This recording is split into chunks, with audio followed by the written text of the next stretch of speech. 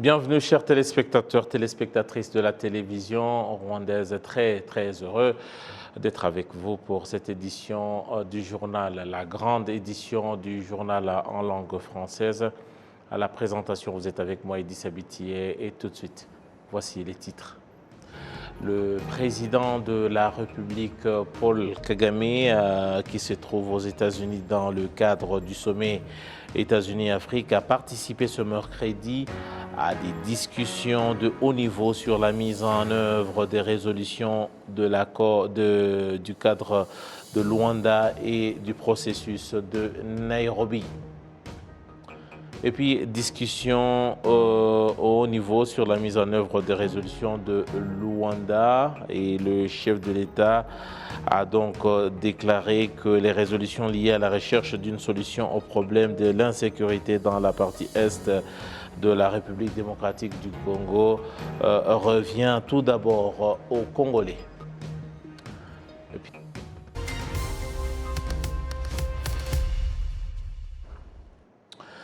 Une fois de plus, bienvenue à cette édition. Je vous le disais en titre que le président de la République, Paul Kagame, aux États-Unis, où il prend part au sommet États-Unis-Afrique, a participé ce mercredi à des discussions de haut niveau sur la mise en œuvre des résolutions de Luanda et du processus de Nairobi, résolutions liées à la recherche d'une solution pérenne au problème d'insécurité dans la partie est de la République démocratique du Congo.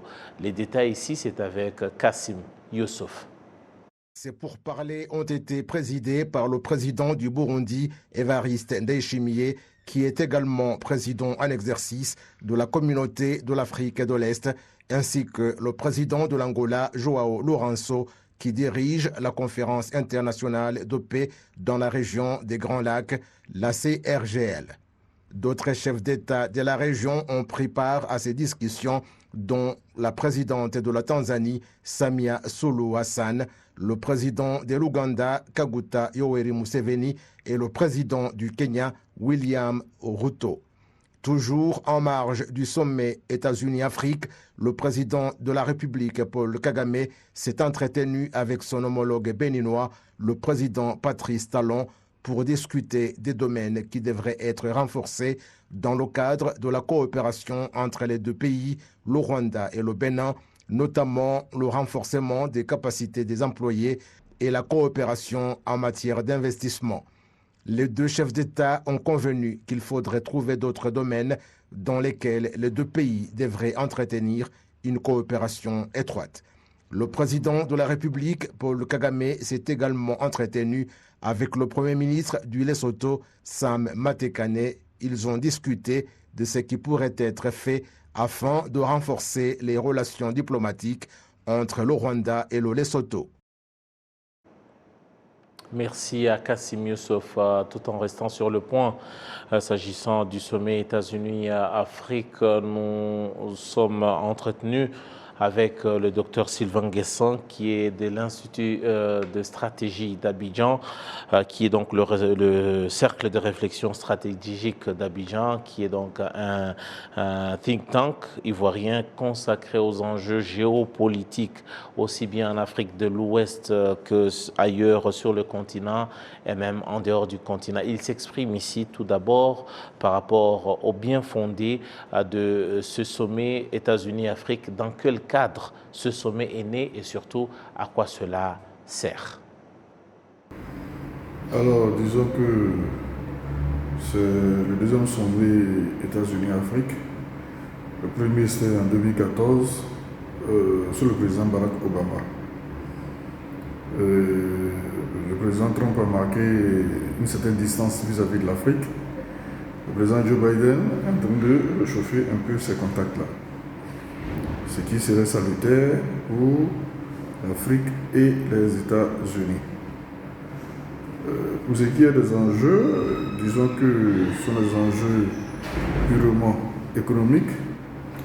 Quand on voit la place actuelle de l'Afrique dans la géopolitique mondiale, vous n'êtes pas sans savoir que la Russie est en train de revenir fortement en Afrique.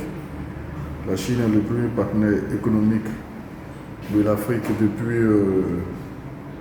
2009. Et donc les États-Unis ne peuvent pas laisser le champ libre à ces deux puissances qui sont un peu considérées comme leurs rivaux. Voilà, donc les États-Unis essaient de rattraper un peu ce retard face à la montée également de ce qu'il est convenu d'appeler dans l'espace UEMOA le sentiment anti-français. Donc les États-Unis essaient d'avancer le pion. Il y a déjà eu la GOA, le Millennium Challenge Corporation, etc., etc.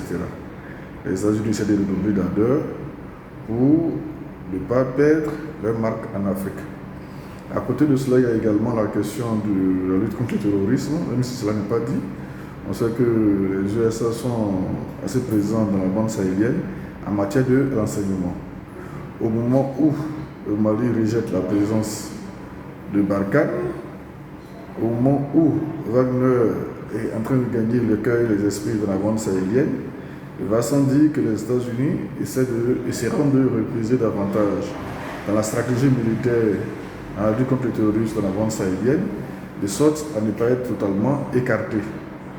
Donc, en dehors des enjeux économiques, énergétiques, la question sécuritaire devrait occuper une place de choix dans cette rencontre-là.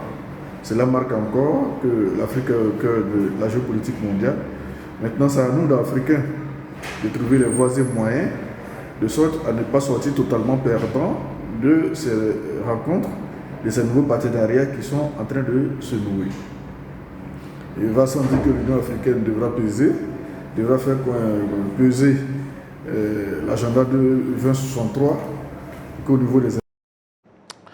Il s'agit donc du Dr Sylvain Guessant de l'Institut de stratégie d'Abidjan qui s'exprimait par rapport au sommet États-Unis Afrique. En rapport avec le Rwanda, le président de la République, Paul Kagame, déclare que le Rwanda n'est pas la source des problèmes, notamment des problèmes d'insécurité que connaît la République démocratique du Congo, notamment dans sa partie est, et que le président de la République, Paul Kagame, s'interroge également sur la présence de plus d'une centaine des groupes armés, mais qu'à ce jour, seul un mouvement armé, le M23, retient l'attention de la communauté internationale. Le chef de l'État se pose la question de savoir qu'en est-il des autres mouvements ou groupes armés dans cette partie et surtout les solutions qui sont proposées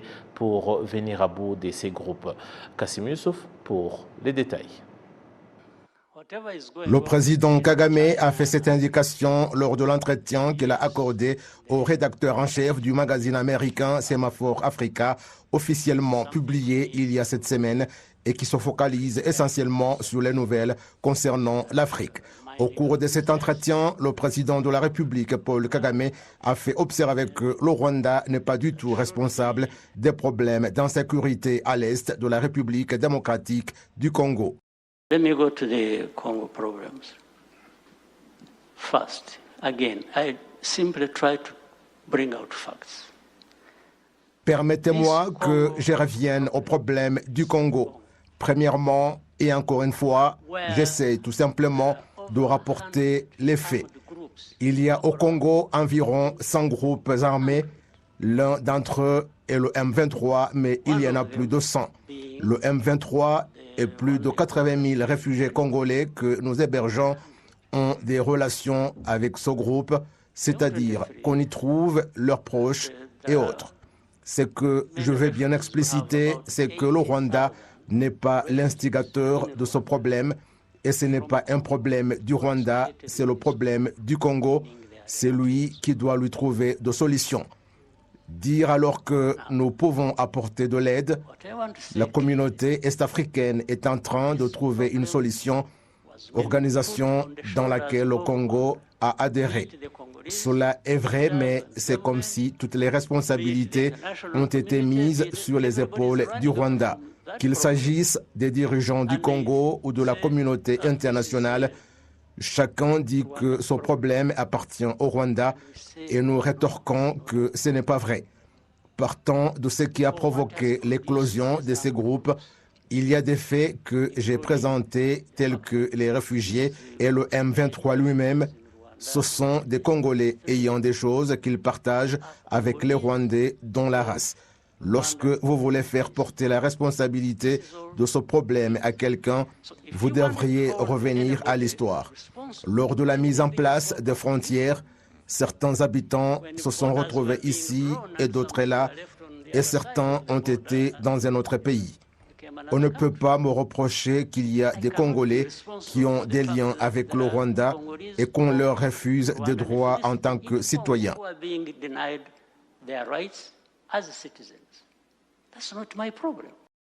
À propos du verdict prononcé dans le procès de Paul Rusesabagina, le président de la République, Paul Kagame, a indiqué que ce verdict a été prononcé par le tribunal et qu'il y a environ 20 autres de ses co-accusés qui ont plaidé coupables. That story of Paul Rusesabagina, the case is very clear. It has gone through the courts of law.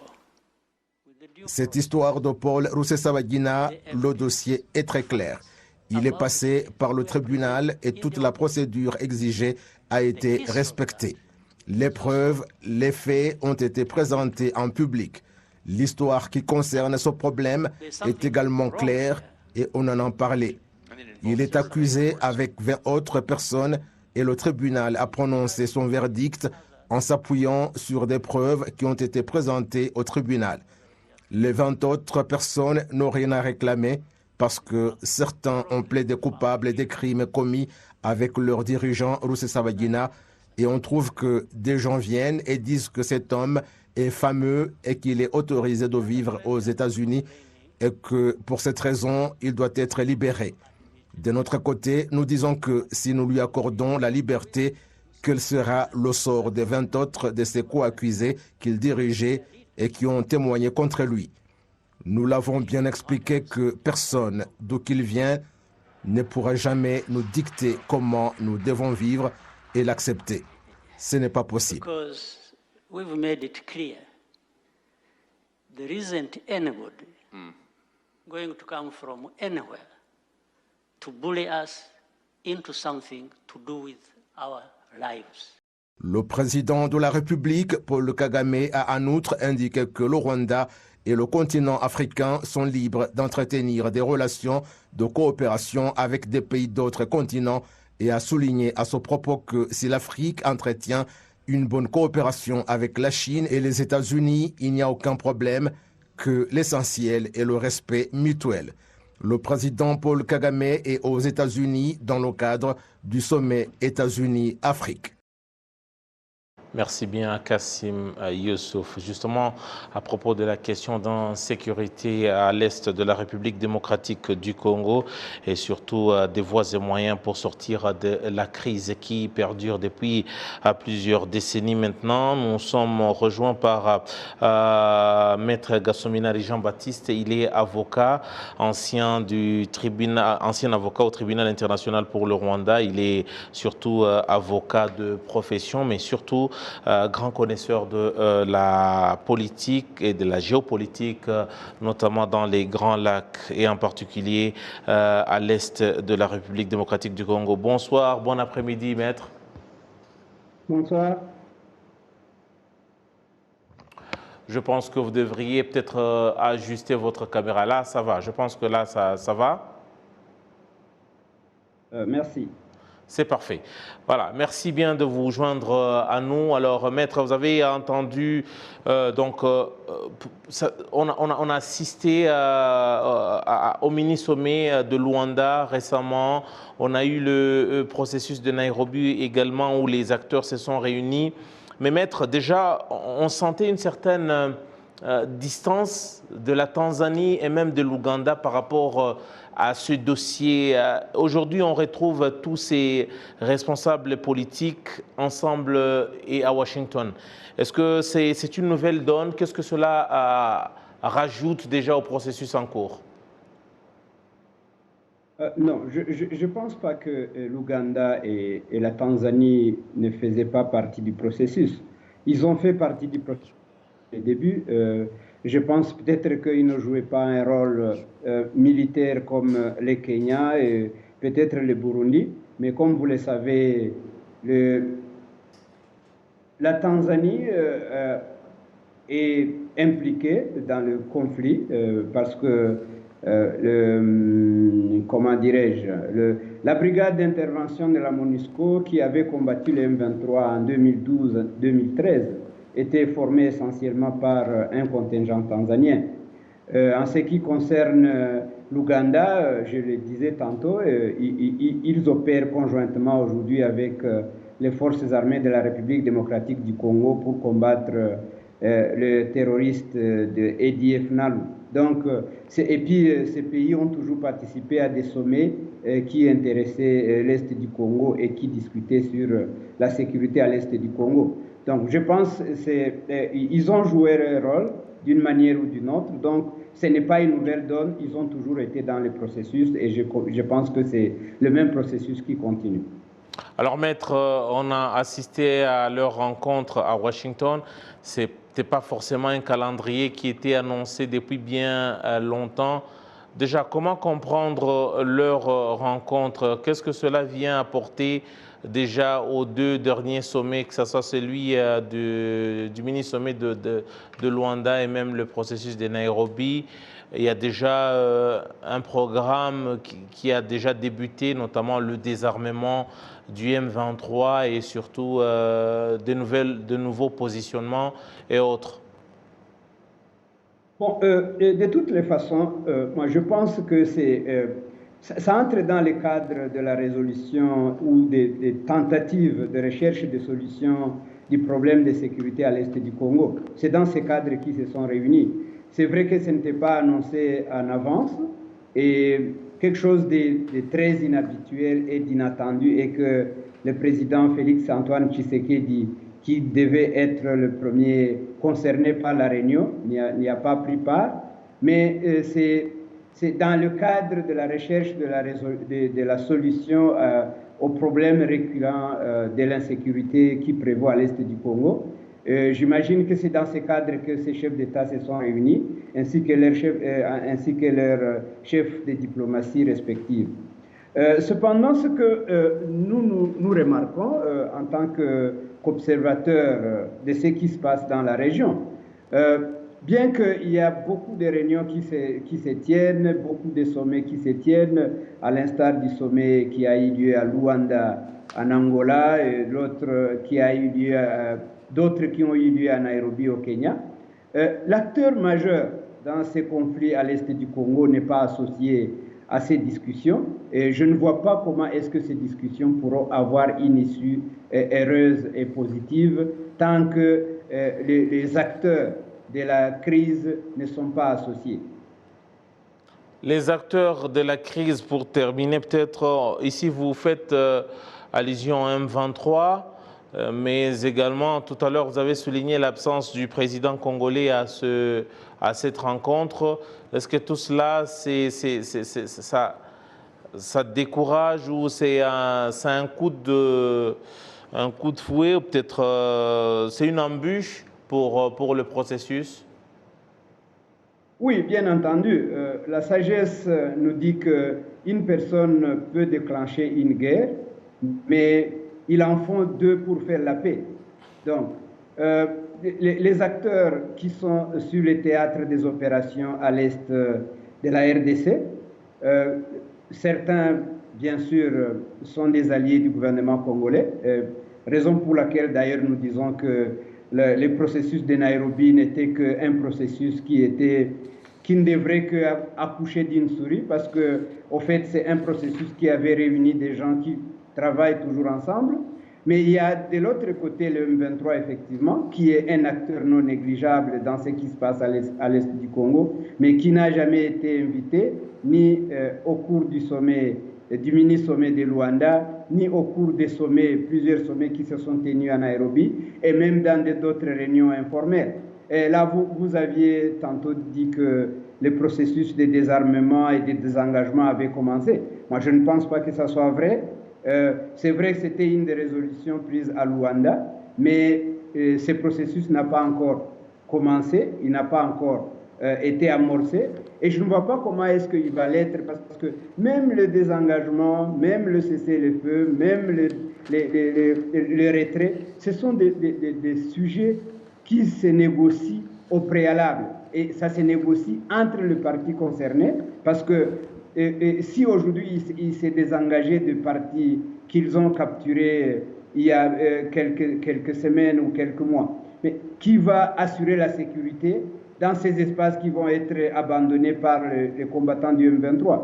Et nous signalons aussi qu'actuellement, à l'est du Congo, partout où le M23 n'est pas, il y a une chasse aux Tutsis qui continue, et les gens sont en train d'être tués, d'autres sont en train d'être enlevés, d'autres sont forcés à quitter leurs terres et leurs maisons pour aller se réfugier là où ils peuvent avoir la vie sauve. Donc, toutes ces questions devraient être en principe discutées, la sécurité de ces personnes assurée avant qu'une décision de retrait ne puisse être prise par le M23. Donc, je pense que sans associer le M23 dans tout ce qui est en train d'être fait, ce sont des efforts que je ne pourrais pas dire que ce sont des efforts vains, mais ce sont des efforts qui ne vont pas aboutir à grand-chose tant qu'un acteur majeur comme le M23 n'est pas associé à la recherche de la paix. Maître Gassoumina Jean-Baptiste, merci beaucoup pour ce décryptage et surtout de vous être prêté à cette interview. Merci beaucoup. Merci, c'est moi qui vous remercie.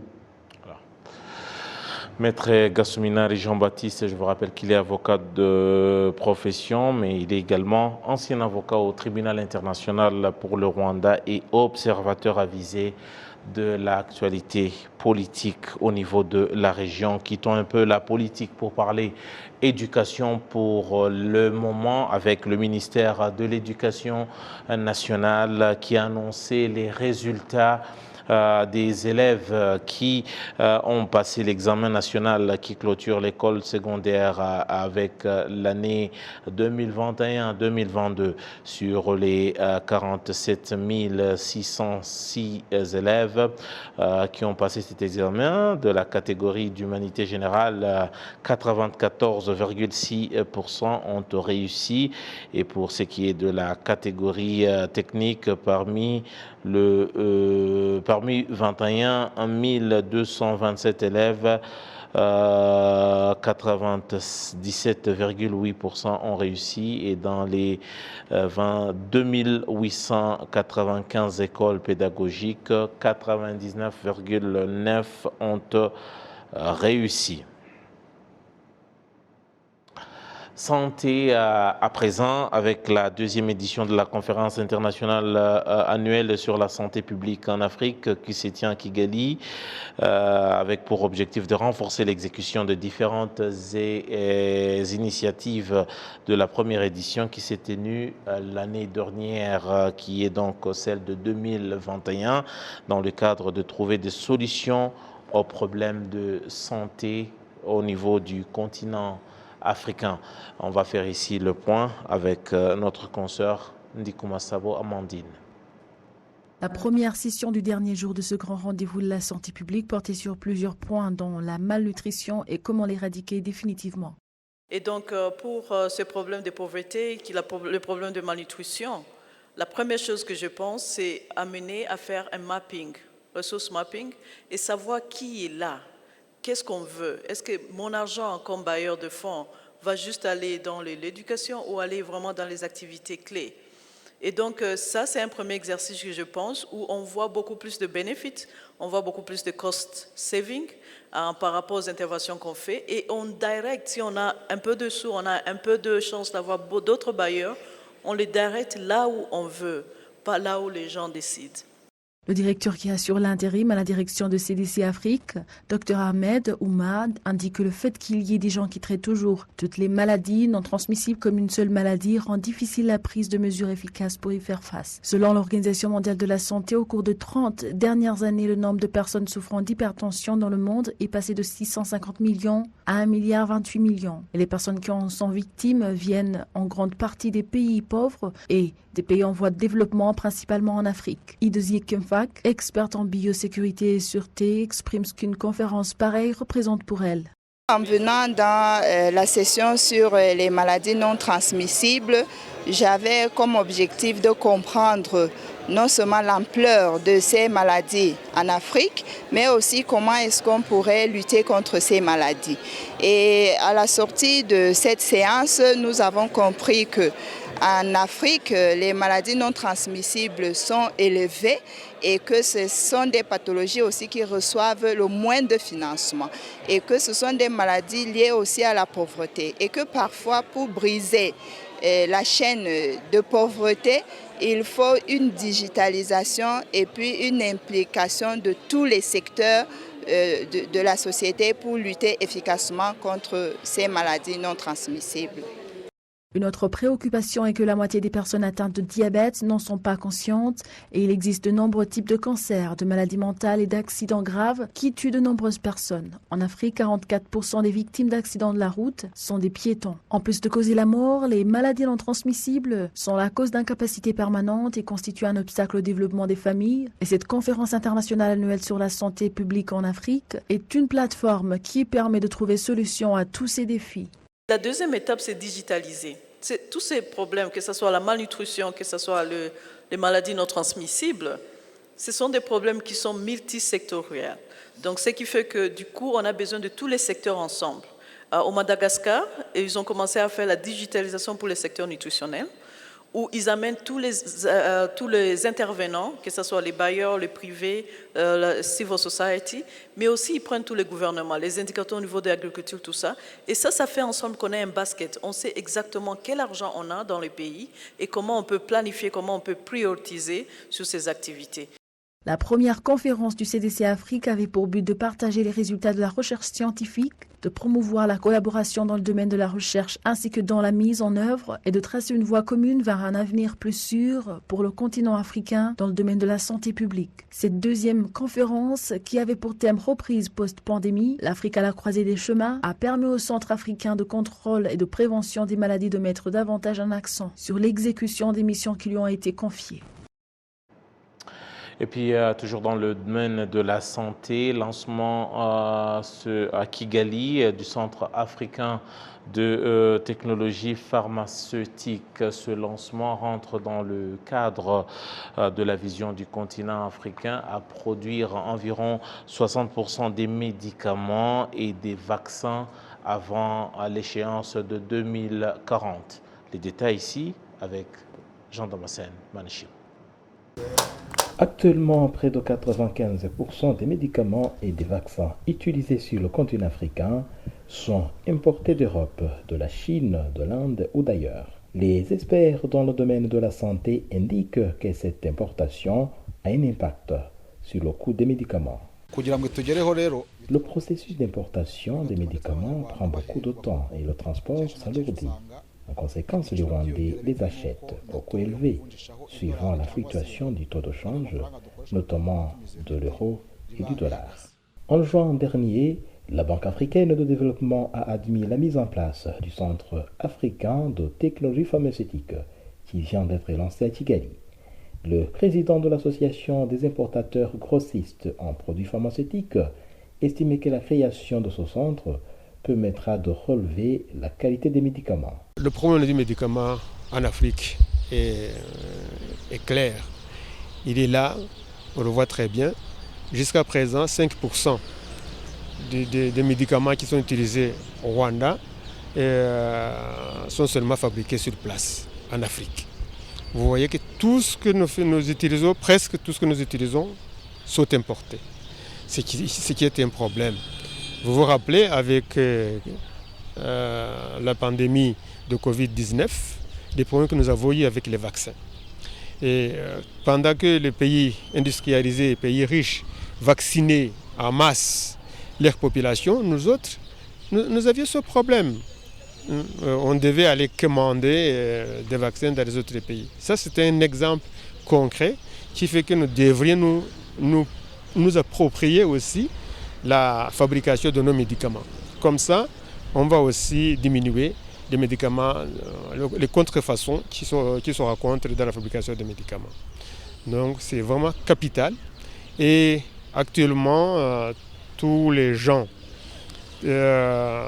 importateurs des médicaments se rencontrent en association et ils essaient de voir comment ensemble ils peuvent produire certains médicaments en Afrique.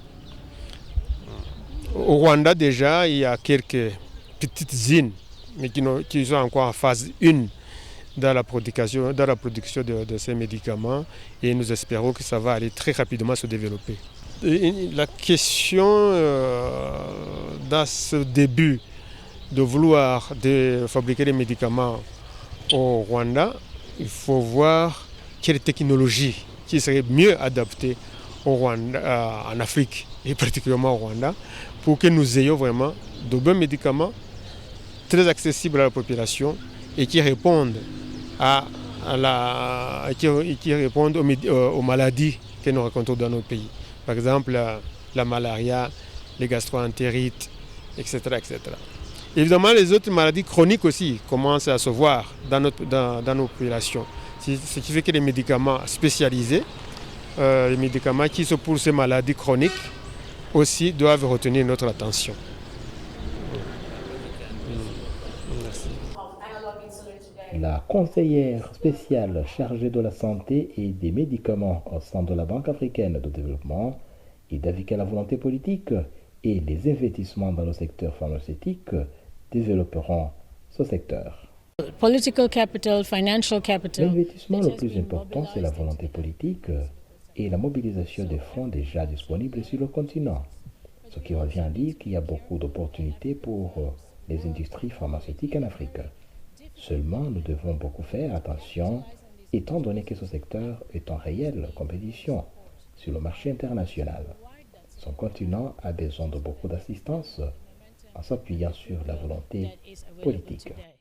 Les statistiques montrent qu'en 1998, le continent africain a importé les médicaments d'une valeur de plus de 4 milliards de dollars américains, le coût qui s'est élevé à 20 milliards de dollars en 2018. Pour sa part, le Rwanda a importé les médicaments d'une valeur de plus de 97 milliards de dollars américains en 2019, le coût qui pourrait atteindre plus de 100 milliards de dollars avant fin 2024.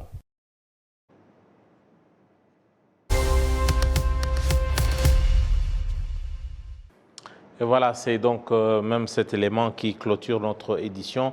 Grand merci à toutes les équipes au niveau de la régie et surtout grand merci à vous, fidèles de la télévision rwandaise. Je m'appelle Edissa Biti, tout le plaisir est pour moi et il sera le mien de vous retrouver pour une nouvelle édition. En attendant, restez bien fidèles à nos programmes. Au revoir.